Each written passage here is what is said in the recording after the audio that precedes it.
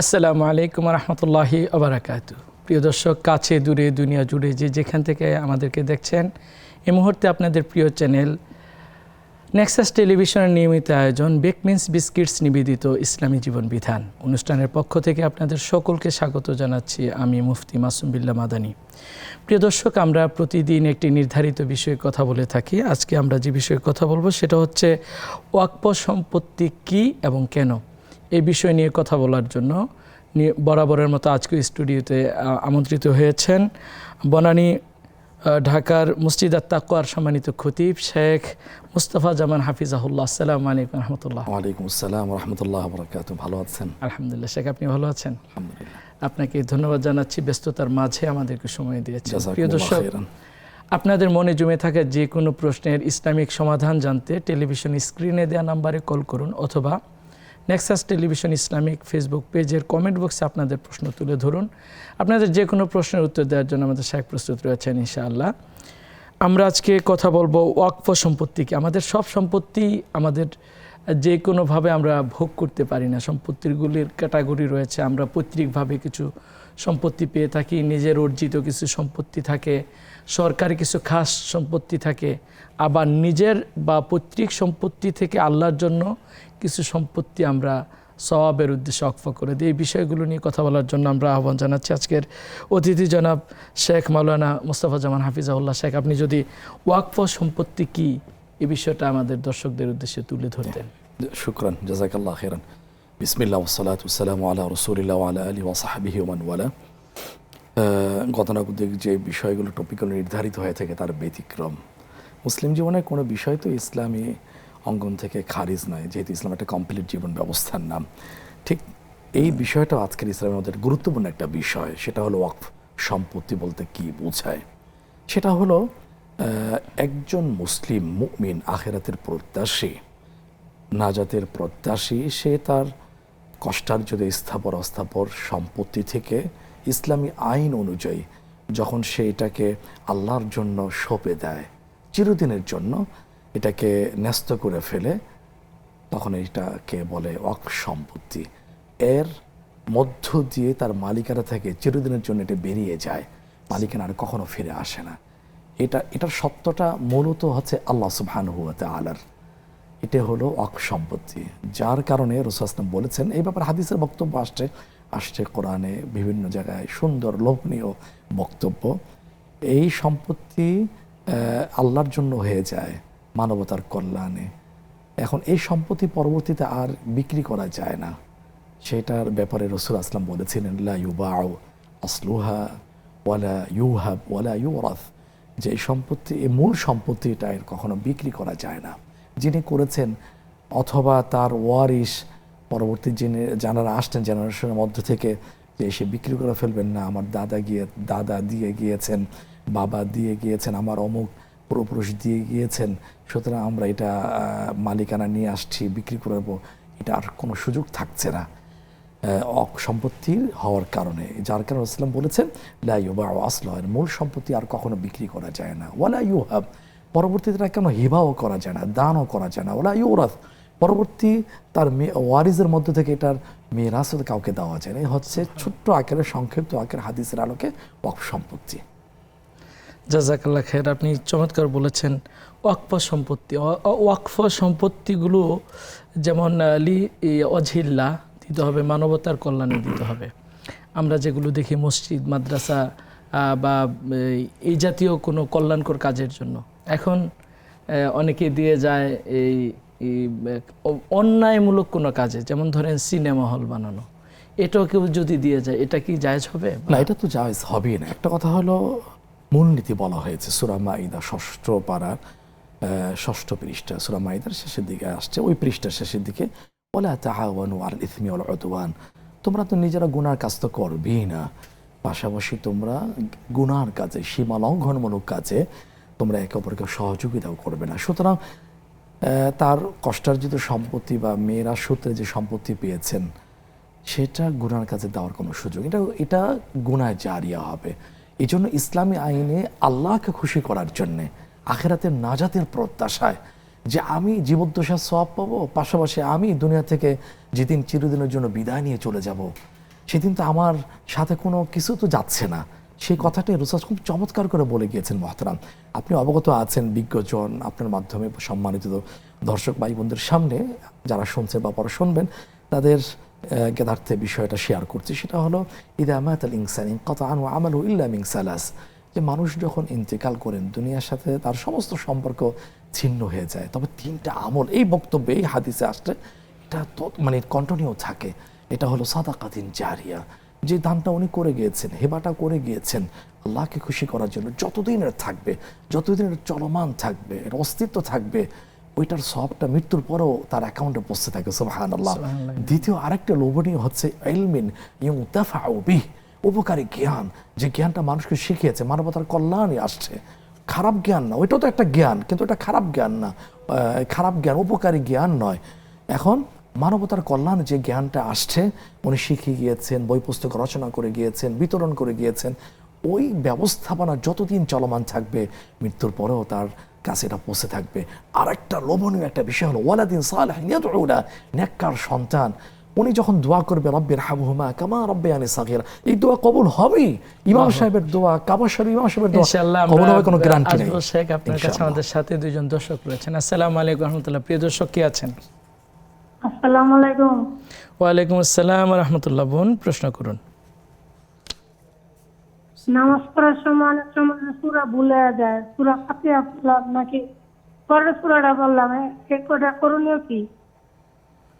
আচ্ছা ঠিক আছে বোন, আপনি সঙ্গেই থাকুন, আমাদের শেখ উত্তর দেবেন ইনশাআল্লাহ। আমাদের সাথে আরেকজন দর্শক রয়েছেন। আসসালামু আলাইকুম ওয়া রাহমাতুল্লাহ।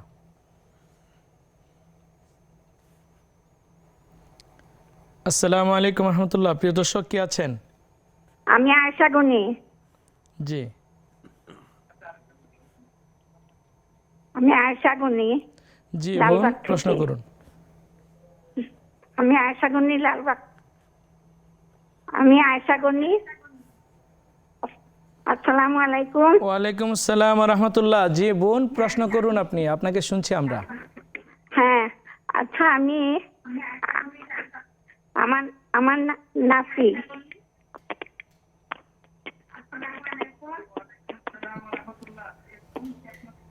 আপনি টেলিভিশনের ভলিউমটা কমিয়ে তারপর প্রশ্ন করুন, আপনাকে আমরা শুনছি। আচ্ছা, আমার নাতি একটা আর্মিতে চান্স পাইছে, এখন শুধু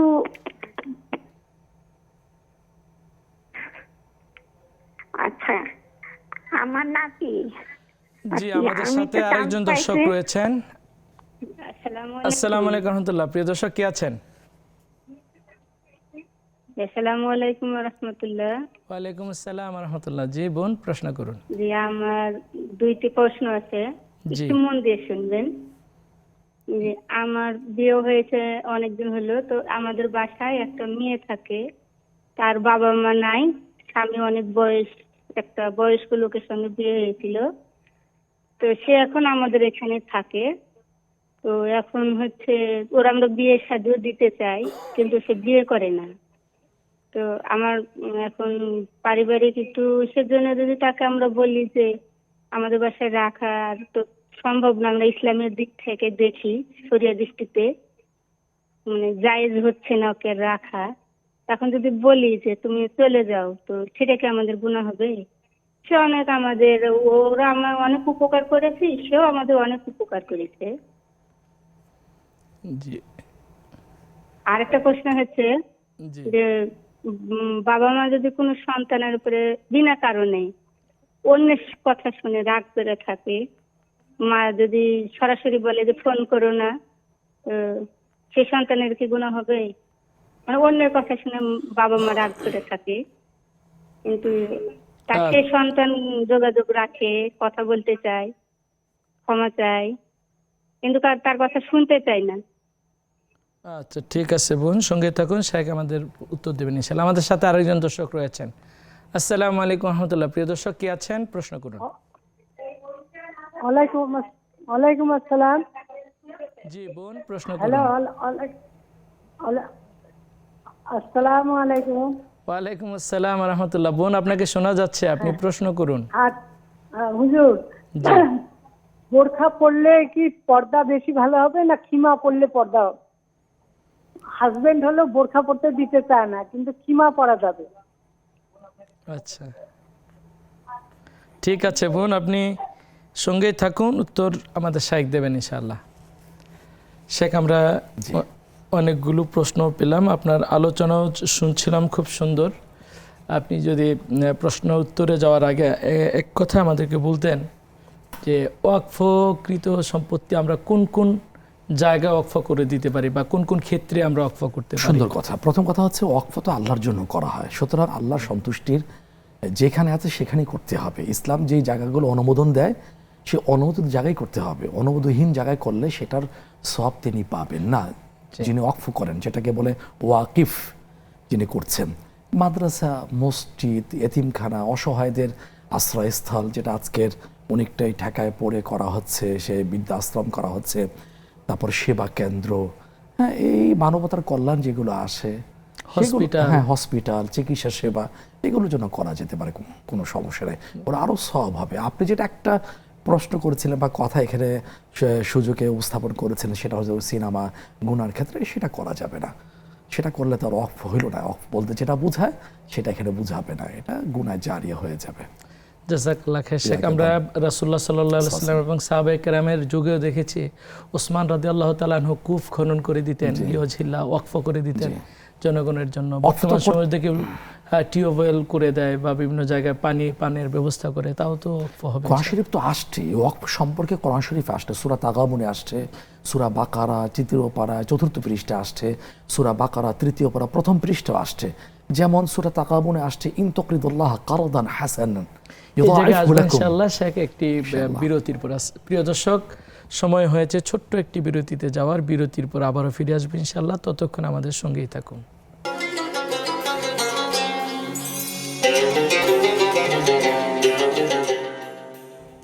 প্রিয় দর্শক, বিরতির পর আবারও আপনাদেরকে স্বাগত জানাচ্ছি আপনাদের প্রিয় অনুষ্ঠান বেকনেস বিস্কিটস নিবেদিত ইসলামী জীবন বিধান। আপনাদের মনে জমে থাকা যে কোনো প্রশ্নের ইসলামিক সমাধান জানতে টেলিভিশনের স্ক্রিনে দেওয়া নাম্বারে কল করুন, অথবা নেক্সাস টেলিভিশন ইসলামিক ফেসবুক পেজের কমেন্ট বক্সে আপনাদের প্রশ্ন তুলে ধরুন, আমাদের শাইখ উত্তর দেবেন ইনশাআল্লাহ। আমরা আজকে আলোচনা করছি ওয়াকফ সম্পত্তি কি এবং কেন, এই বিষয় নিয়ে আমরা কথা শুনছিলাম এবং আপনাদের প্রশ্ন, অনেকগুলো প্রশ্ন আমাদের কাছে জমা হয়েছে। শেখ, আমরা যদি একটু প্রশ্নোত্তরের দিকে যাই। আমাদের এক বোন প্রশ্ন করেছিলেন, তিনি নামাজ পড়ার সময় সূরা ফাতিহার সাথে সূরা মিলিয়েছেন কিনা এটা তিনি মাঝে মাঝে ভুলে যান। এই বিষয়ে করণীয় কি বা গুনাহগার হবেন কিনা? সুন্দর কথা হলো, প্রথমে তো নামাজটার জন্য ভালোভাবে উযু করবেন এবং এই মনোভাব নিয়ে নামাজ পড়বেন, যেটা রাসূলুল্লাহ সাল্লাল্লাহু আলাইহি ওয়াসাল্লাম বলে গিয়েছেন, সাল্লি সালাতা মুআদ্দিন, যে তুমি এইভাবে নামাজ পড়ো যেন এটাই তোমার জীবনের শেষ নামাজ। তাহলে কি হবে, নামাজে মনোযোগটা বেশি আসবে ইনশাআল্লাহ। এরপরে নামাজের ভিতরে যা পড়ছে একটু খেয়াল রাখা। এরপরেও যদি ভুলে যায়, পড়ছে কি পড়ি নাই, না পড়ার ক্ষেত্রে যদি ধারণাটা প্রবল বেশি হয়ে থাকে সূরা মিলিয়ে নেওয়া। আর যদি না পড়ছে কি পড়ি নাই, পড়েছি মনে হয়, পড়ার ক্ষেত্রে যদি ধারণাটা বদ্ধ বেশি হয় তাহলে আর মিলানো প্রয়োজন নেই। এ হচ্ছে ব্যালেন্সপূর্ণ একটা। জাযাকাল্লাহ খাইর। আমাদের আরেক বোন প্রশ্ন করেছেন, তার বাসায় একটি মেয়ে থাকে এবং সে প্রাপ্তবয়স্কা। তো এখন বাসায় রাখতে একটু সমস্যা হচ্ছে, হাজব্যান্ড স্বামী আছে, এখন বিয়েও হচ্ছে না বা বিয়ে দিতে পারতেছে না, এই বিষয়ে করণীয় কি বা রাখা জায়েজ হবে কিনা, গুনাহ হবে কিনা? প্রথম একটা কথা উনি বলেছেন যে একজন বয়স্ক পুরুষের সাথে বিয়ে হয়েছিল, এখন সে বিয়েটা মনে হয় এখন নেই বোধহয়। জি, এখন বিয়ের ব্যবস্থা করছেন, আমি যা শুনলাম হয়তো নাও হতে পারে, বিয়েও বসতে চাচ্ছে না। জি, এখন শরিয়া মেনে চলে থাকেন, আলহামদুলিল্লাহ, আমরা স্বাগত জানাই, সাধুবাদ জানাই সম্মানিত বোনকে।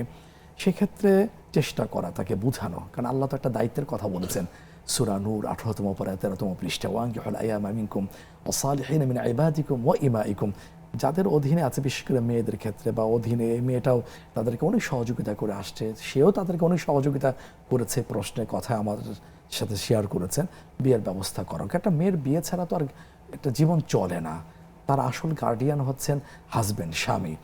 এরপরেও যদি বসতে না চায়, শরিয়া যদি এখানে লঙ্ঘিত হওয়ার আশঙ্কা করে থাকেন, তো শরিয়া তো আগে। সেক্ষেত্রে ওই মেয়ের কি ভাই নাই, চাচা নাই, মামা নাই, মাহারাম কেউ নাই? কেউ না কেউ অবশ্যই আছেন, তাদেরকে দিয়ে এটা বোঝানো।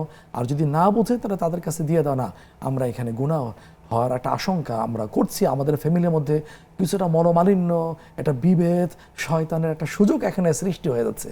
সুতরাং শরিয়াকে প্রাধান্য দিয়ে মেয়েকে শেষ পর্যন্ত যদি বুঝতে না চায় তাদের কাছে পৌঁছে দাও। ইনশাআল্লাহ আপনার শরিয়াকে মানার জন্য, আল্লাহকে খুশি করার জন্য আপনি সিদ্ধান্ত নিতে যাচ্ছেন, ইনশাআল্লাহ আপনার গুনাহ হবে না।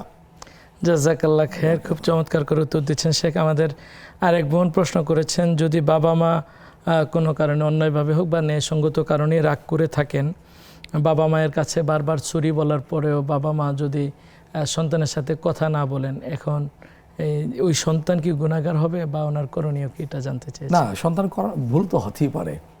যেই মানে রবের, যেই আল্লাহর বান্দা আমরা, সেই আল্লাহ তো সকালের মানে যেটা আছে, সকালে গুনাহ করলে মাফ চাইলে আল্লাহ মাফ করে দেন, বারবার চাইলেও আল্লাহ মাফ করে দেন।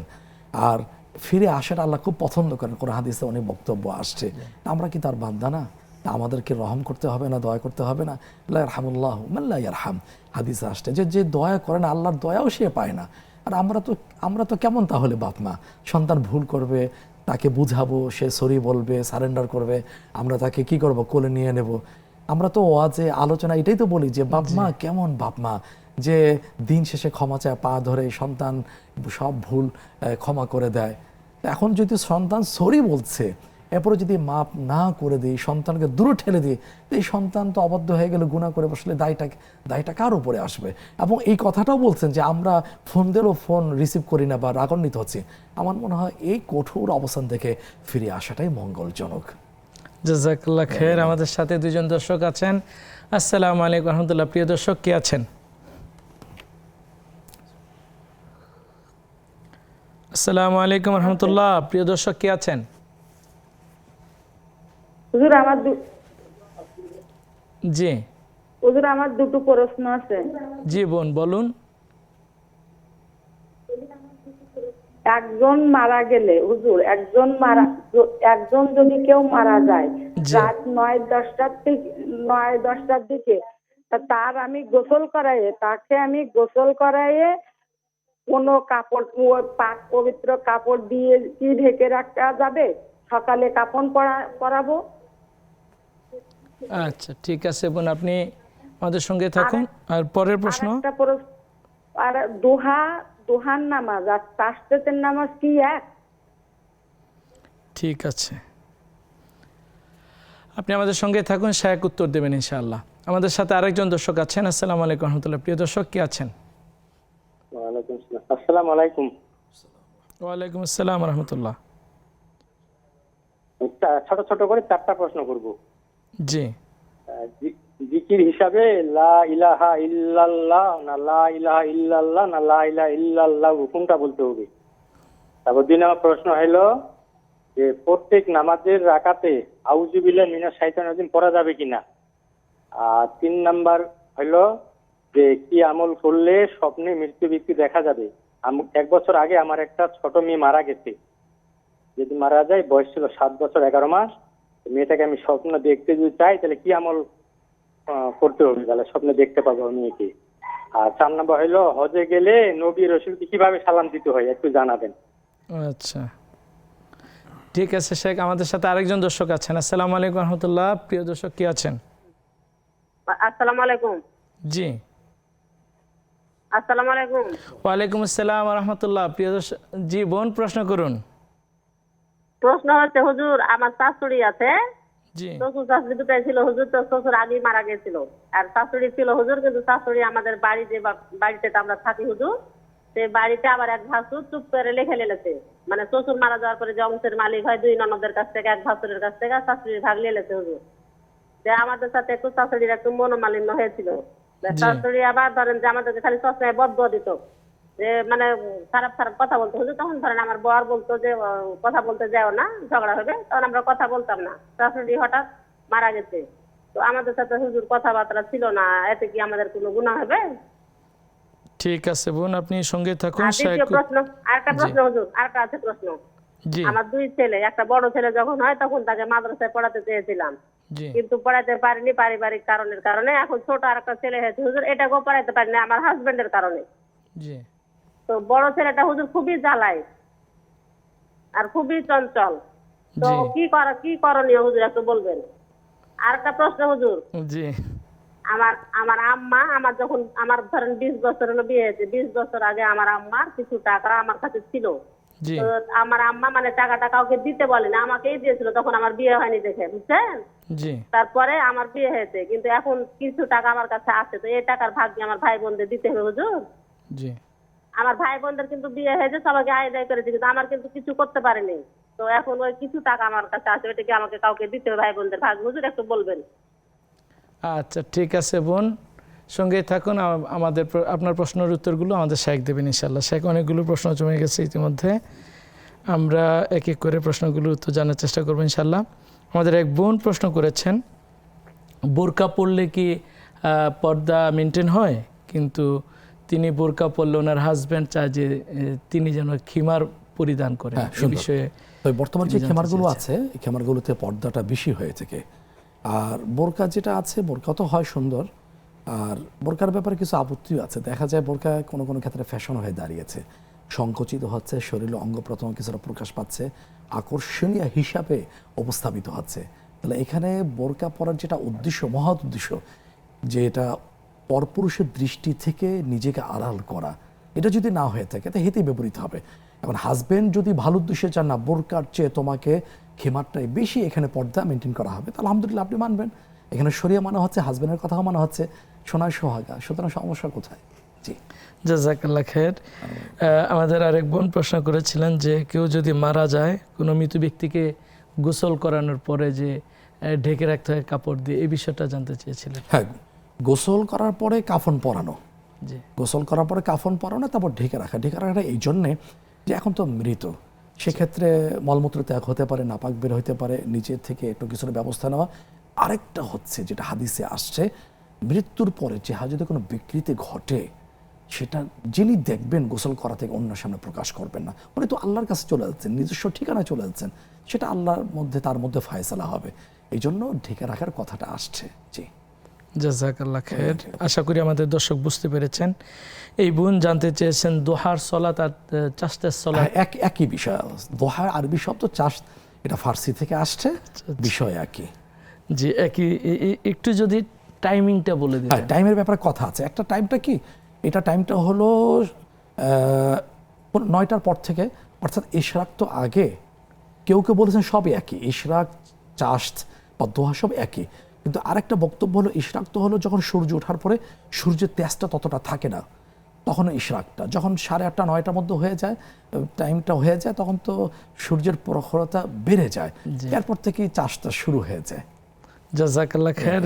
শেখ আমরা আবারও আসবো ইনশাল্লাহ। একটু ব্রেকে যাচ্ছি প্রিয় দর্শক, ইনশাআল্লাহ। সময় হয়েছে ছোট্ট একটি বিরতিতে যাওয়ার। বিরতির পর আবারও ফিরে আসবো ইনশাল্লাহ, ততক্ষণ আমাদের সঙ্গেই থাকুন।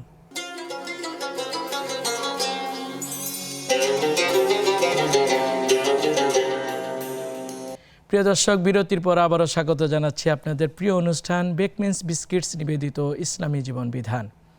আপনাদের মনে জমে থাকা যে কোনো প্রশ্নের ইসলামিক উত্তর জানতে, সমাধান জানতে টেলিভিশন স্ক্রিনে দেওয়া নাম্বারে কল করুন, অথবা নেক্সাস টেলিভিশন ফেসবুক এই পেজের কমেন্ট বক্সে আপনাদের প্রশ্ন তুলে ধরুন, আমাদের শেখ উত্তর দেবেন ইনশাআল্লাহ।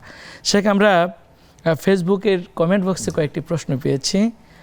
জিন্নাত আলী ভাই নামে তিনি প্রশ্ন করেছেন, তার একটি ছেলে আছে দৃষ্টি প্রতিবন্ধী, এই ছেলের সমস্ত সেবা তার স্ত্রী করে, এ সেবা করলে কি সওয়াব হবে ওনার একটু জানতে চাইছেন। দৃষ্টি প্রতিবন্ধী কি করেছেন? আল্লাহ সুবহানাহু ওয়া তাআলা দৃষ্টি নিয়ে গিয়েছেন।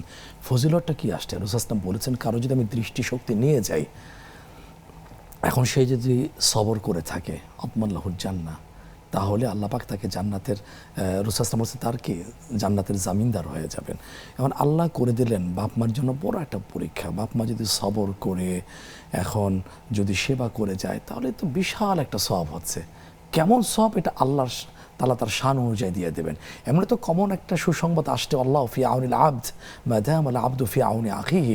বান্দা যদি তার বিপদগ্রস্ত বান্দা বান্দির সহযোগিতা থাকে, তাহলে তো আল্লাহ পাকও তার সহযোগিতা থাকবেন ইনশাআল্লাহ। সুতরাং এটা তো বিশাল সওয়াব। জাযাকাল্লাহ খায়ের।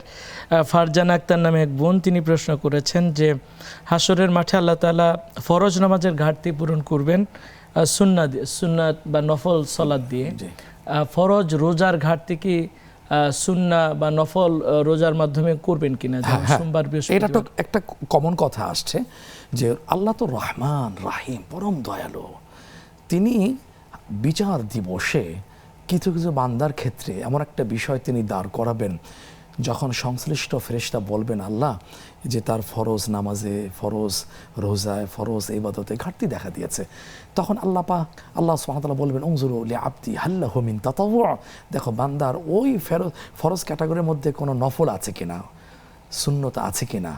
তখন দেখা যাবে ওই বান্দা ফরজের সাথে সাথে সুন্নাগুলো করেছে। ফরজ রোজার পাশাপাশি যে হাদিস দ্বারা যে সমর্থিত যে সুন্না রোজাগুলো আছে, রোজা রেখেছে, ফরজ নামাজের পাশাপাশি সুন্নত নামাজ পড়েছে, নফল রোজা পড়েছে, ওগুলো দিয়ে ফরজের ঘাটতি দেওয়া হবে। তবে শর্ত কি মহতারাম, ফরজ তাকে থাকতে হবে, ফরজ তাকে পড়ে যেতে হবে। জাযাকাল্লাহ খায়ের। ফারজানা আক্তার বোন তিনি আরেকটি প্রশ্ন করেছেন যে নামাজে ডান দিকে সালাম ফিরানোর পরে যদি ওযু নষ্ট হয়ে যায় তাহলে করণীয় কি? এখানে নামাজ হয়ে যাবে, নামাজ আর রিপিট করা লাগবে না। জাযাকাল্লাহ খায়ের। আশা করি আমাদের বোন বুঝতে পেরেছেন। আমরা আরও কিছু প্রশ্ন আমাদের হাতে রয়েছে। এক ভাই প্রশ্ন করেছিলেন, লা ইলাহা ইল্লাল্লাহ এই জিকির কি তিনি এই শব্দে পড়বেন নাকি লা ইলাহা ইল্লাল্লাহু বলতে হবে? একই বিষয় সম্মানিত ভাই, দুইটা একই। একটা হচ্ছে লা ইলাহা ইল্লাল্লাহ, শেষে থামা হচ্ছে, ওয়াকফ যেটাকে বলে, থামা হচ্ছে। আর থামার যদি না হয়ে থাকে পেশ দেওয়া হচ্ছে, রস্যকর দেওয়া হচ্ছে লা ইলাহা ইল্লাল্লাহু, অর্থ একই, অর্থের কোনো বিকৃতি পরিবর্তন আসছে না। তার মানে দুইটাই বিশুদ্ধ? হ্যাঁ, দুইটাই বিশুদ্ধ। জাযাকাল্লাহ খায়ের। এই ভাই আরেকটি প্রশ্ন করেছেন যে সলাতের মধ্যে প্রত্যেক রাকাতেই কি তাউযু, বিশেষ করে আউযু বিল্লাহি মিনাশ শাইতানির রাজিম পড়তে হবে কি? না, পড়তে হবে না। সুন্নাত হলো প্রথম রাকাতে সানা পড়ার পরে আউযু বিল্লাহি মিনাশ শাইতানির রাজিম বিসমিল্লাহির রহমানির রহিম এটা পড়া সুন্নাহ, পরবর্তীতে শুধু বিসমিল্লাহ পড়া এটা সুন্নাহ। এভাবে হাদিস দ্বারা প্রমাণিত। আউযু বিল্লাহ এটা সুন্নাহ দ্বারা প্রমাণিত নয়, প্রত্যেক রাকাতে আর পড়তে হবে না। জাযাকাল্লাহ খায়ের। আমাদের সাথে কয়েকজন দর্শক রয়েছেন। আসসালামু আলাইকুম ওয়া রাহমাতুল্লাহ। প্রিয় দর্শক, কি আছেন? ওয়ালাইকুম আসসালাম। ভালো আছেন হুজুর? জি আলহামদুলিল্লাহ। বোন প্রশ্ন করুন। আমার একটা প্রশ্ন ছিল হুজুর। জি বোন। আমাদের ইসলামে যেটা আর কি, আপনার ধরেন বিচার যদি করে মানুষ, ধরেন দুই পক্ষ, ঠিক আছে, এখন এক পক্ষ যদি টাকা দিয়ে, যে বিচারক তাকে যদি টাকা দেওয়া হয়, সে যদি আপনার ধরেন মানে বিচারটা ন্যায়ভাবে না করে টাকার বিনিময়ে, তাহলে এটা আমাদের মানে শাস্তি কেমন হইতে পারে, কি ধরনের হইতে পারে, আমি একটু জানতে চাচ্ছিলাম হুজুরের কাছে। ঠিক আছে, জীবন সঙ্গে থাকুন। আমাদের সাথে আরেকজন দর্শক রয়েছেন। আসসালামু আলাইকুম ওয়া রাহমাতুল্লাহ।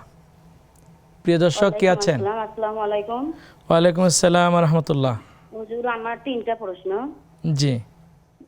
আমি আমার সন্তানকে নিয়ে যে কোনো একটা বিশেষ কারণে কসম কেটেছিলাম, তো পরবর্তীতে আমার কসমটা যে ভেঙে যায়, আমি রাখতে পারি না কসমটা, তো এখন আমি কি করতে পারি? এই কসমের জন্য কি কাফারা দিতে পারি না তওবা কিভাবে করতে পারি একটু জানাবেন। জি। আর দ্বিতীয় প্রশ্ন আমার, ওয়াকিয়া সূরা মাগরিবের পর পড়তে হয়, তো আমার মাগরিবের পর থেকে একটু দেরি হয়ে যায়, ইশারের রক্ত হয়ে যায়, তো ইশারের আগে আগে পড়লে কিংবা ইশারের পরে পড়লে সমস্যা হবে কিনা? আচ্ছা। আর 3 নাম্বার প্রশ্ন, হ্যালো জি বলেন, শুনছি। 3 নাম্বার প্রশ্ন, টিভিতে কোরআন তেলাওয়াত যখন হয়, তো আমি যদি বাথরুমে কাজ করি, তো বাথরুমে বসে থাকে আমি কি কোরআন তেলাওয়াত শুনতে পারি? যেমন কাপড় কাচা এগুলো কাজ করতে ধরলে বসে বসে যদি আমি টিভিতে কোরআন তেলাওয়াত শুনি, এটা শোনা যাবে? আচ্ছা ঠিক আছে বোন, সঙ্গে থাকুন, শাইখ উত্তর দেবেন ইনশাআল্লাহ। আমাদের সাথে আরেকজন দর্শক রয়েছেন। আসসালামু আলাইকুম। প্রিয় দর্শক, কি আছেন সাথে? আসসালামু আলাইকুম। ওয়ালাইকুম আসসালাম ওয়া রাহমাতুল্লাহ। বোন প্রশ্ন করুন। আমার 3টি প্রশ্ন আছে। জি। প্রথম প্রশ্ন হচ্ছে, আমার হাজবেন্ড, আমার 2-3টি প্রশ্ন আছে। জি, আপনার হাজবেন্ড, এরপর থেকে বলুন। আমার হাজবেন্ড মাজারে মাজারে ঘুরে, জি। আবার 5 ওয়াক্ত নামাজ পড়ে, এটা কি ভালো কাজ না খারাপ কাজ? আর আমার দ্বিতীয় প্রশ্ন হচ্ছে, আমি 5 ওয়াক্ত নামাজ পড়ি, অনেক নেক আমল করি, কিন্তু আমার হাজবেন্ড চাকরি করে বাড়িতে থাকে না, আমি হাতে পায়ে মোজা বুরকা গায়ে দিয়ে বাজার করি, এতে কি ভালো? আমার আমলগুলা কি হবে? মানে আমার অনুতপ্ত হয়, আমি কি গুনাহ করছি না কি? আমার 3 নম্বর প্রশ্ন হচ্ছে, হুজুর আমি কি কাজ করলে আমার হাজবেন্ডকে সন্তুষ্ট রাখা যাবে? আমি অনেক কিছু করি আমার হাজবেন্ডকে, কিন্তু উল্টে আরো খারাপটা হয়, সন্তুষ্ট করতে পারি না, এজন্য আমার নিজের কাছে খারাপ লাগে। এই প্রশ্নগুলা হুজুর। জীবন সঙ্গে থাকুন, শায়েক উত্তর দেবেন ইনশাআল্লাহ। শায়েক, অনেকগুলো প্রশ্ন আমাদের হাতে চলে আসছে। আমরা এক ভাই প্রশ্ন করেছেন, কি আমল করলে স্বপ্নে তিনি তার মৃত কন্যাকে দেখতে পাবেন? সন্তানকে দেখতে পাবেন না, বিশেষ কোনো স্পেশাল কোনো আমল আসেনি মহতারাম যে আমলটা করলেই আমার মৃত মানুষের প্রিয় মানুষদের স্বপ্ন যুগে দেখা সম্ভব হয়, এমন কথা নেই। আপনি তার জন্য দোয়া করতে থাকেন, দোয়া করতে থাকে, আর আল্লাহকে বলে আল্লাহ আমার মন চাচ্ছে তাকে একটু দেখা, তুমি দেখিয়ে দাও, এটা হতে পারে। এমন কোনো স্পেশাল কোনো আমল আসেনি। জি, জাযাকাল্লাহ খায়ের। ভাই আরেকটি প্রশ্ন করেছিলেন, হজে গিয়ে কিভাবে নবী করিম সাল্লাল্লাহু আলাইহি ওয়াসাল্লামকে তিনি সালাম প্রদান করবেন? আমরা তো সুন্নত হলো যেটা সূরা বাকারা, সূরা নিসা ৫ম পারা ১০ম পৃষ্ঠা আসছে, ওয়াইদা হুইয়িতুম বিতাহিয়াতিন ফাহাইয়ু বিআহসানা মিনহা আও রুদ্দুহা। কেউ সালাম দিলে সুন্দরভাবে সালাম দিয়ে দেওয়া, যেটা বলেছেন সেটা দিয়ে, অথবা তার চেয়ে উত্তমভাবে। এখন আমরা তো সরাসরি বলি আসসালামু আলাইকুম ওয়া রাহমাতুল্লাহি ওয়া বারাকাতুহু, কিন্তু রাসূল সাল্লামের সামনে যখন দাঁড়াবো তখন তো রাসূল সাল্লাম বলছেন রাদ্দা রূহি, তখন আমার রূহকে ফেরত দিয়ে দেওয়া হয়। সেজন্য বলতে হবে আদবের সাথে আসসালাতু ওয়াসসালামু আলাইকা ইয়া রাসূলুল্লাহ, আসসালাতু ওয়াসসালামু আলাইকা ইয়া হাবিবাল্লাহ, আসসালাতু ওয়াসসালামু আলাইকা ইয়া নবী আল্লাহ। এইভাবে এক একটা সম্বোধন সূচক শব্দকে সম্বোধনে নিয়ে এসে এইভাবে সালাম দিয়ে দেওয়া। জাযাকাল্লাহ খায়ের। আশা করি আমাদের প্রিয় দর্শক বুঝতে পেরেছেন। আমাদের এক বোন প্রশ্ন করেছিলেন, ওনার শ্বশুর মারা যাওয়ার পরে শাশুড়ি ওনার বাসায় থাকতেন, কিছু বিষয় নিয়ে শাশুড়ির সাথে মতভেদ ছিল, দীর্ঘদিন ওনার শাশুড়ি ওনার সাথে কথা বলতেন, এই অবস্থায় শাশুড়ি মারা গেছেন, এখন উনি গুনাহগার হবেন কিনা বা ওনার করণীয় কি তিনি জানতে চেয়েছেন। না, এটা ঠিক হয়নি আসলে। কেন কথা বলেন না? উনি যদি কথা না বলেন, আপনি একবারিয়ে কথা বলতে পারতেন, আপনি এটা সব বেশি পেতেন ইনশাআল্লাহ। যা হোক, যেটা চলে গেছে তো চলে গেছে, তার জন্য মাগফিরাতের দোয়া করতে থাকা। জাযাকাল্লাহ খায়ের। একই বোন তিনি প্রশ্ন করেছেন, তার বড় সন্তান খুব জ্বালায় ওনাকে, আরেকটা সন্তান মাদ্রাসায় পড়ে, এখন করণীয় কি বিষয়টা জানতে। বড় সন্তানের ক্ষেত্রে নিয়ত করেছিলেন যে মাদ্রাসা পড়াবেন, হাফেজ আলেম যেটা হোক, ভালো সুন্দর নিয়ত করেছিলেন, হয়নি। এখন খুব বিরক্ত করে, সময় তো চলে গেছে। যখন ৬-৭ বছর এটার কাদামাটির মতন যেভাবে সেভাবে বানানো যায়, সেইখানেই বেশি ভূমিকা রাখার কথা ইসলাম বলেছেন। কীভাবে রাখতে বলেছেন হাদিসে আসছে, বিস্তারিত বলা সম্ভব নয়। ওই সময়কে আমি রেখেছি, তাহলে তো আলহামদুলিল্লাহ, না রাখি তাহলে তো একটা জবাবদিহিতার বিষয় এখানে রয়ে যাচ্ছে। তার জন্য দোয়া করতে থাকা, রব্বানা হাব লানা মিন আজওয়াজিনা ওয়া যুররিয়াতিনা কুররাতা আয়ুন ওয়াজআলনা লিল মুত্তাকিনা ইমামা। হাদিসে আসছে রাসূলুল্লাহ এই কথাও বলেছেন, হাদিসের দ্বিতীয় অংশ, আল্লাহ ওয়া আউযু বিকা আন ওয়ালাদিন ইয়াকুনু আলাইহি ওয়া বালি। আল্লাহ, আমি সেই সন্তান থেকে পানাহ চাই যে সন্তান আমার জন্য বিপদের কাল হয়ে দাঁড়াবে। হ্যাঁ, এটাও হাদিসে আসছে। তার জন্য দোয়া করতে থাকা, আর সন্তানের ক্ষেত্রে বেশি বেশি দোয়া করা, সামনে আসলে মাথায় হাত দিয়ে বলা আল্লাহুম্মা ফাক্কিহু ফিদ্দীন ওয়া আল্লিমহু তা'ওয়ীল, আল্লাহ দিনের বুঝ দিয়ে দাও। এই দোয়া করতে থাকার সুন্দর আদর, মায়া, মমতা, পিতৃস্নেহ, মাতৃস্নেহ দিয়ে দোয়া করা, তাহাজ্জুদে উঠে যাওয়া। ইনশাআল্লাহ আল্লাহ তো মুসাররিফুল কুলুব, অন্তর পরিবর্তনকারী মহান সত্তা, মুকাল্লিবুল কুলুব, অন্তর পরিবর্তনকারী মহান সত্তা। শুধু তার উপর ভরসা রেখে সুন্দর ভালোবাসা দিয়ে, মাতৃস্নেহ দিয়ে দোয়া করতে থাকা। আল্লাহ আপনার সন্তানকে, আমাদের সন্তানকে সালেহ বানান, চোখের শীতলতা হিসাবে কবুল করুন, আমিন। জি। আর পরবর্তী সন্তানের কথা বসতে এটাও কেমন জানি 19-20 করছে, এখনই সতর্ক হওয়া, ভালো জায়গায়, ভালো পরিবেশ, ঘরটাকে দিনের পরিবেশে রূপান্তরিত করে ফেলা। দেখা যায় আমি করছি, টিভি আছে, মুভি আছে, হ্যাঁ, দিন বিরোধী পরিবেশ, দিন বিরোধী কার্যক্রম উন্মুক্ত, অবারিত, তাহলে দিন কিভাবে আসবে? সুতরাং ঘরটাকে ওইভাবে দিনী পরিবেশের আওতায় নিয়ে আসা, আর দিনী ব্যক্তিত্ব লোকদের কাছে এদেরকে নিয়ে যাওয়া, বড় ব্যক্তিত্ব, আল্লাহওয়ালা, দিনদার, মুত্তাকি, পরহেজগার, তারপরে ভালো ছেলেদের সাথে বন্ধুত্ব করে দেওয়া। আর আপনারা তো ইনশাআল্লাহ চেষ্টা করতেই থাকবেন। জাযাকাল্লাহ খায়ের। প্রিয় দর্শক, আপনারা শুনছিলেন আপনাদের করা প্রশ্নের উত্তর। সময় হয়েছে ছোট্ট একটি বিরতিতে যাওয়ার। বিরতির পরে আবারও ফিরে আসবেন ইনশাআল্লাহ, ততক্ষণ আমাদের সঙ্গেই থাকুন।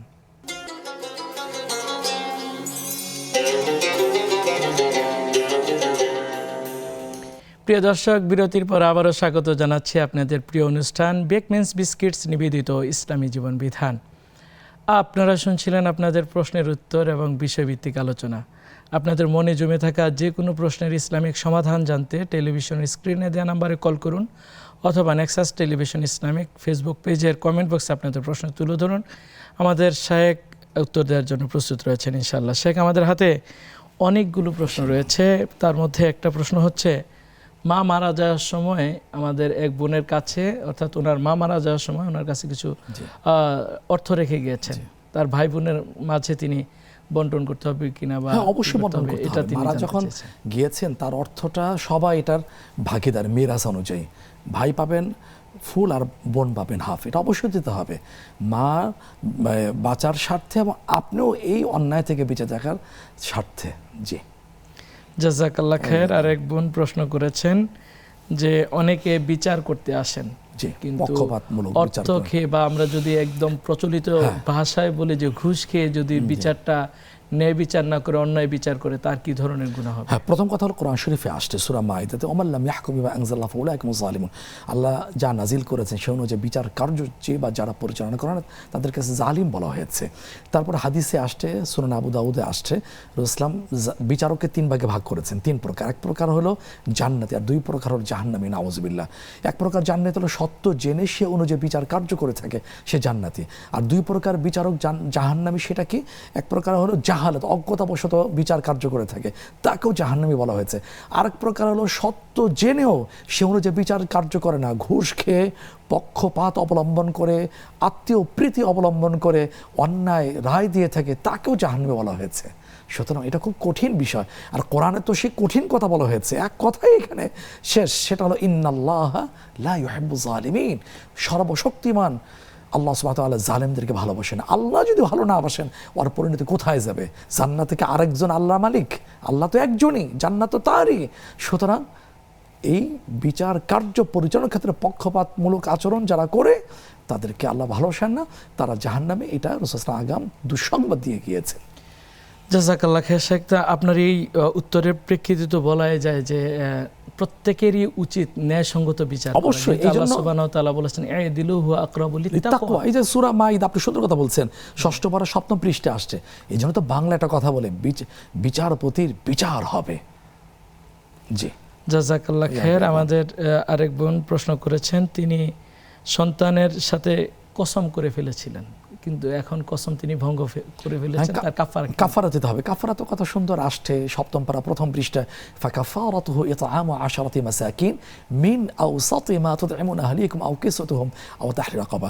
কাফারার 10 জন মিসকিনকে খাইয়ে দেওয়া, তার যে ফ্যামিলি যে স্ট্যাটাস আছে সেই অনুযায়ী তাকে খাইয়ে দেওয়া। যদি খাওয়ানো সম্ভব না হয় তাহলে তার ফ্যামিলি খাওয়ানোর যে এক একটা বেলা যেই টাকা হতে পারে বর্তমান বাজার মূল্য, সে বাজার মূল্য ধরে 2 বেলা খাবারের টাকা তাকে 10 জন মিসকিনকে অথবা একজন মিসকিনকে দিয়ে দিলেই তার কাফারা আদায় হয়ে যাবে ইনশাআল্লাহ। জাযাকাল্লাহ খায়ের। আশা করি আমাদের বোন বুঝতে পেরেছেন। সূরা ওয়াকিয়ার আমলের ব্যাপারে, সূরা ওয়াকিয়া আমলের ব্যাপারে সনদে কিছু দুর্বলতা আছে, কিন্তু ফজিলত সংক্রান্ত বিষয় দয়ীফ সনদটাও গ্রহণযোগ্য কেউ কেউ বলেছেন, সেক্ষেত্রে মাগরিবের পরে পড়া।